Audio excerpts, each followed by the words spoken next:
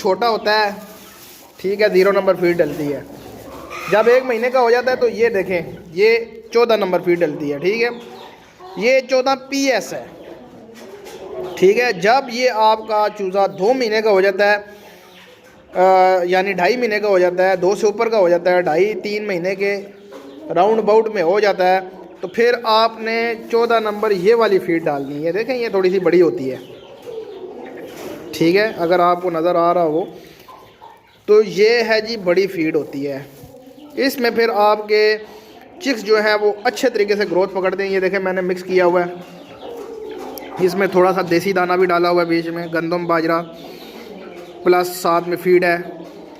तो ये अभी मैं डालूँगा अपने चिक्स को, तो इंशाल्लाह इनकी ग्रोथ जो है ना वो आप देखिएगा कि 2 महीने बाद इनकी ग्रोथ आप और चेक करिएगा कि ये कैसे जनाब सेटिंग में आते हैं। जब ये